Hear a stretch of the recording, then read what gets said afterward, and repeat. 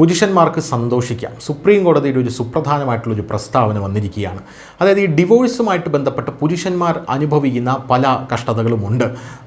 ഇപ്പോൾ സുപ്രീം കോടതി പറഞ്ഞിരിക്കുന്നത് ഭാര്യമാർക്ക് പുരുഷന്മാരെ, അതായത് ഭർത്താക്കന്മാരെ ഇങ്ങനെയിട്ട് വട്ടം ചുറ്റിക്കാൻ സാധിക്കില്ല എന്നാണ് ഇപ്പോൾ സുപ്രീം കോടതി നിരീക്ഷിച്ചിരിക്കുന്നത്. എന്താണ് ഈ സംഭവം എന്നുള്ളതാണ്.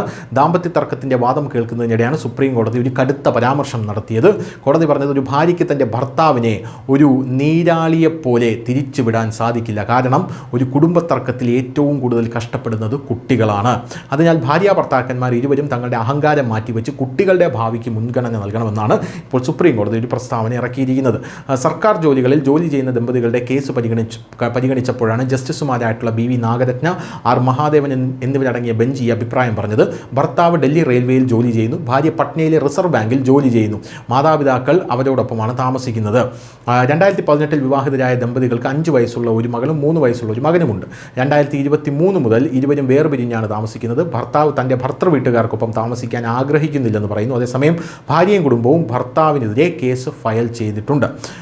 എന്തായാലും ഭാര്യ ഭർത്താക്കന്മാർ തമ്മിലുള്ള തർക്കം വർദ്ധിച്ചു വരുന്നതിനാൽ അവരുടെ കുട്ടികൾ മാനസിക സമ്മർദ്ദത്തിലാണ്.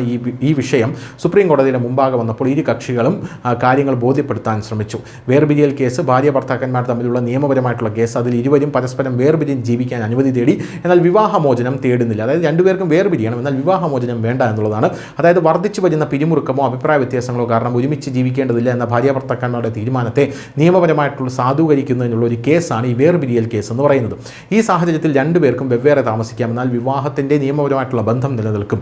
കുട്ടികളുടെ സംരക്ഷണം, ജീവനാംശം, സ്വത്ത് മുതലായ എങ്ങനെ വിഭജിക്കണമെന്ന് സുപ്രീം കോടതി തീരുമാനിക്കും. അത്തരമൊരു സാഹചര്യത്തിൽ വിവാഹം കേടുകൂടാതെ ഇരിക്കും. അതായത് വിവാഹമോചനവും ലഭിക്കില്ല എന്നുള്ളതാണ് പ്രധാനപ്പെട്ട ഒരു കാര്യമെന്ന് പറയുന്നത്. ഈ സാഹചര്യത്തിലാണ് കോടതി ഭർത്താക്കന്മാരെ ഇങ്ങനെ ഒരു നീരാളിയെപ്പോലെ തിരിച്ചുവിടാൻ സാധിക്കില്ല എന്ന് പറഞ്ഞിരിക്കുന്നത്. News desk, news India Malayalam.